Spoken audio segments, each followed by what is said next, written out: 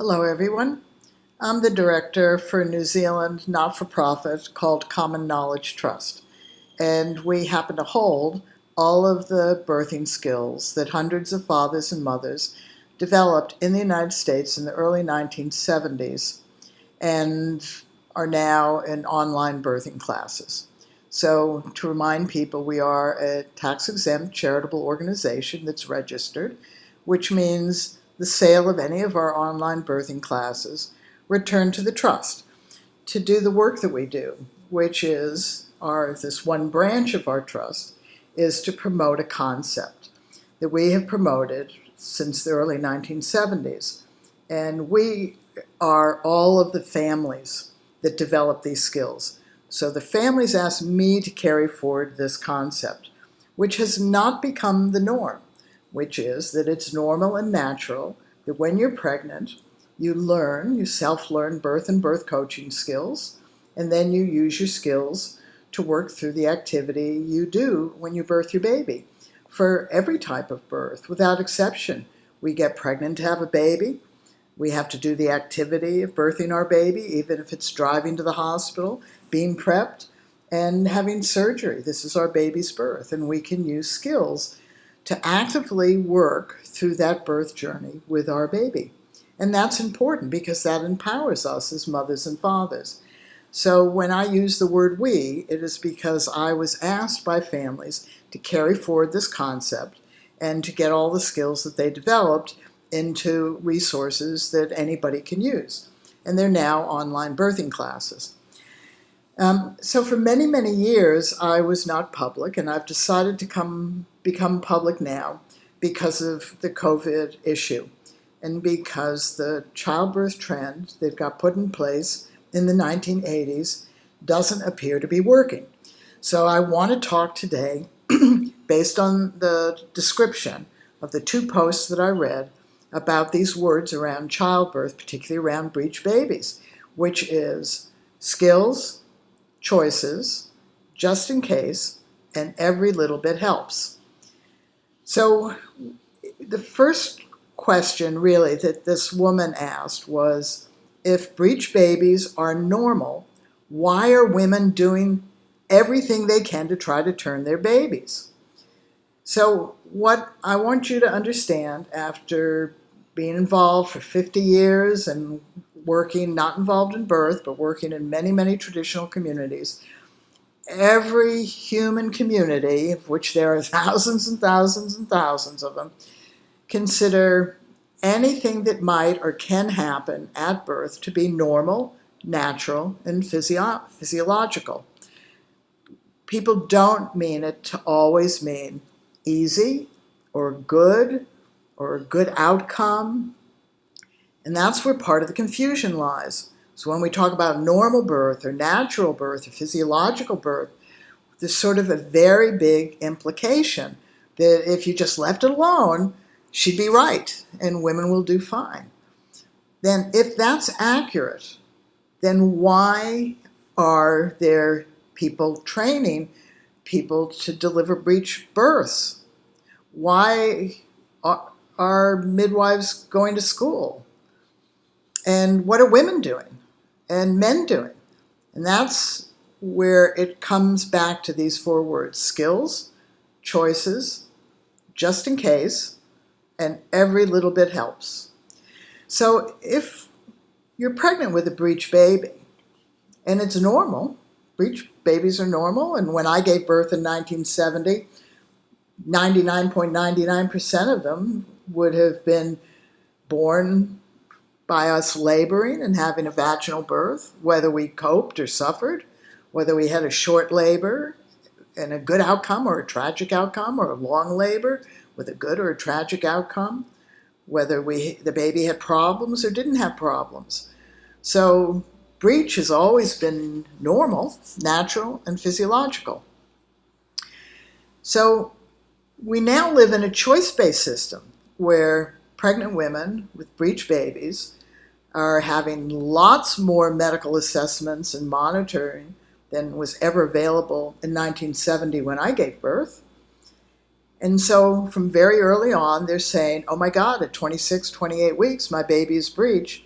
And then they spend weeks and weeks and weeks and large period of their time basically standing on their head. It's trying to spin babies or Webster techniques or homeopathics or acupuncture. And that falls under every little bit helps. And yet it has that conundrum. If a breech baby is a normal, natural, physiological position that a baby gets into, why are women spending so much time trying to turn them? Head down babies have problems. You don't know. There's no way to know what your birth's going to be like. Babies don't come to plan. So why are women doing that? That falls under every little bit helps. They're trying to do something to help. To do what? To make baby head down because that's considered to be more normal or more ideal? Don't know. Every little bit helps. And so why are there practitioners being trained to deliver breech babies? That falls under every little bit helps. But it also falls under skills. Right? So a midwife or a doctor who's learning these new techniques to deliver breech babies, maybe they're not new, but these presently taught techniques are learning skills. So why aren't pregnant women with breech babies learning skills? Is it a skill to try to spin your baby? Yeah, in some ways it is, isn't it? So what happens if your baby doesn't turn? Or what happens if your baby does turn? So what happens if your baby turns head down and then you have a long labor and you end up with more interventions than you wanted? You see, it's complicated. We have to understand what skills are. And when breech birth providers are being taught skills, they're being taught skills to help what? A breech baby that is not spontaneously birthing. And that's a judgment call from the birth professional. So let's take a woman's pregnant body. What if we have a pregnant body that has tension? I'm not talking about fear of birth, it's a whole other category. And she doesn't know it. She doesn't know her crotch is tight. She doesn't know how much space the baby has in her bony pelvis. She's getting into positions that are being called upright, like hands and knees, when the only upright part of the woman's body are her thighs. Other than that, she's just lying on her belly. So what are the skills that women need? Well, we have to be practical about it. You have a big object in your body, whether it's coming out head first, leg first, butt first, arm first, it's got to come out one way or the other.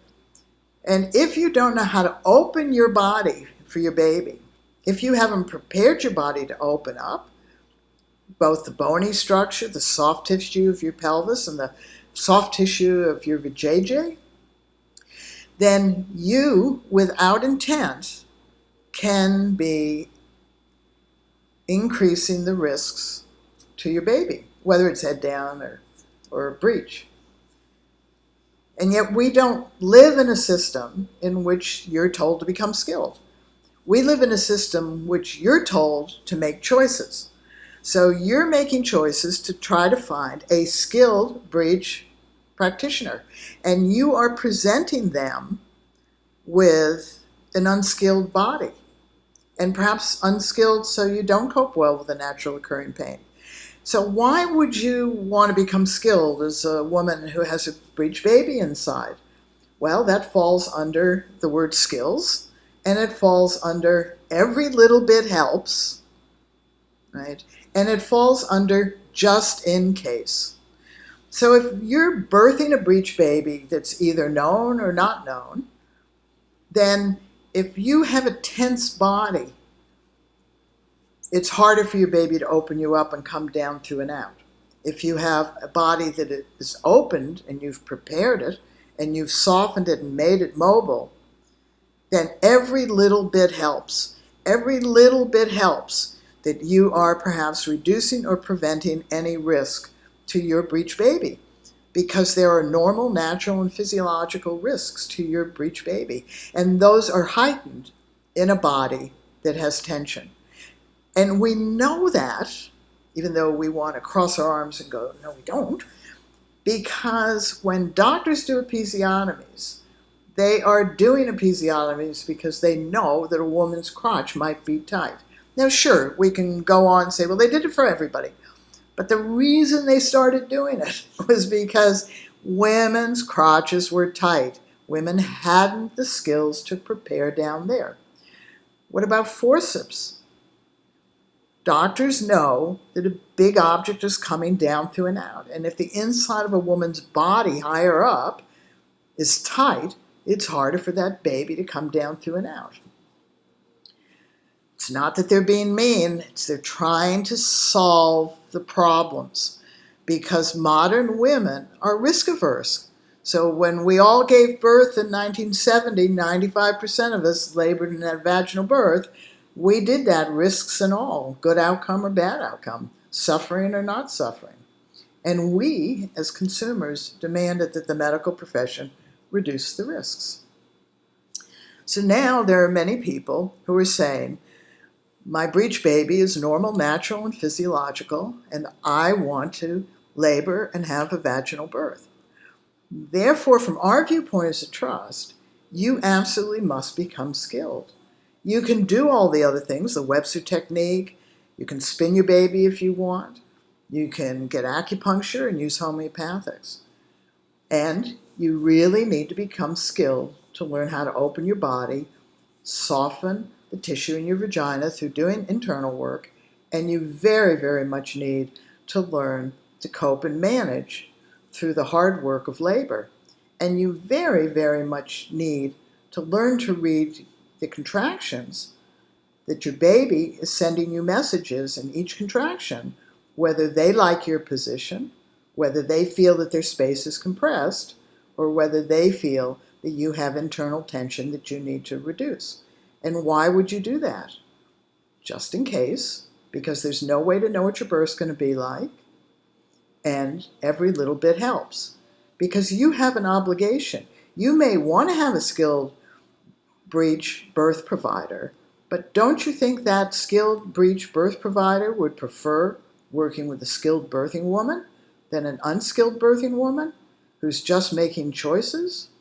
Wouldn't that breech birth provider be less frightened or anxious or concerned if they were working with skilled families, so that the labor and so that the delivery moves along smoothly? Don't you think? Well, we've been thinking about this for 50 years, and we've been advocating it for that long. We need to grow a skilled birthing population, and you are the population where it's really, really, really important, because the normal, natural, physiological breech baby that's inside you has some risks attached to it. Different risks than head-down babies do. They have their own risks, but they have risks. And what is the biggest risk for a breech baby? That the head doesn't deliver in sufficiently easy time, and the baby struggles to breathe, goes through primary apnea, struggles to breathe, goes through secondary apnea, and then needs to be resuscitated or dies. You don't want that. Nobody does. So we, as women having breech babies, really have an obligation to become skilled for our baby, for our body, and for our breech birth professionals. They're taking time to become skilled. They're human beings, women and men.